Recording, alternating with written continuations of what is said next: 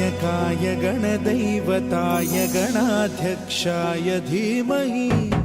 गुणशरीराय गुणमण्डिताय गुणेशानाय धीमहि गुणातीताय गुणाधीशाय गुणप्रविष्टाय धीमहि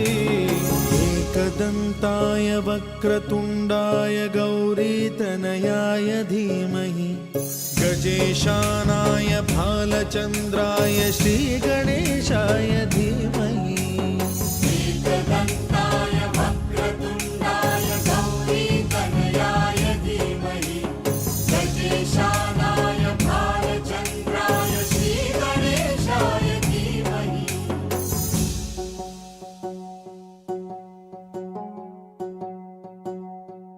गानोत्सुकाय गानमत्ताय गानोत्सुकमनसे गुरुपूजिताय गुरुदैवताय गुरुकुलस्थायिने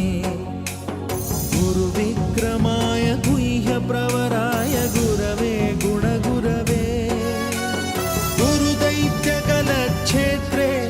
गुरुधर्मसदाराध्याय गुरुपुत्रपरित्रात्रे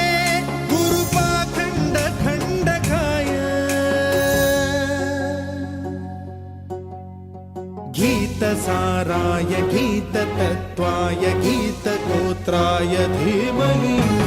गूढगुल्फाय गन्धमत्ताय गोजयप्रदाय धीमहि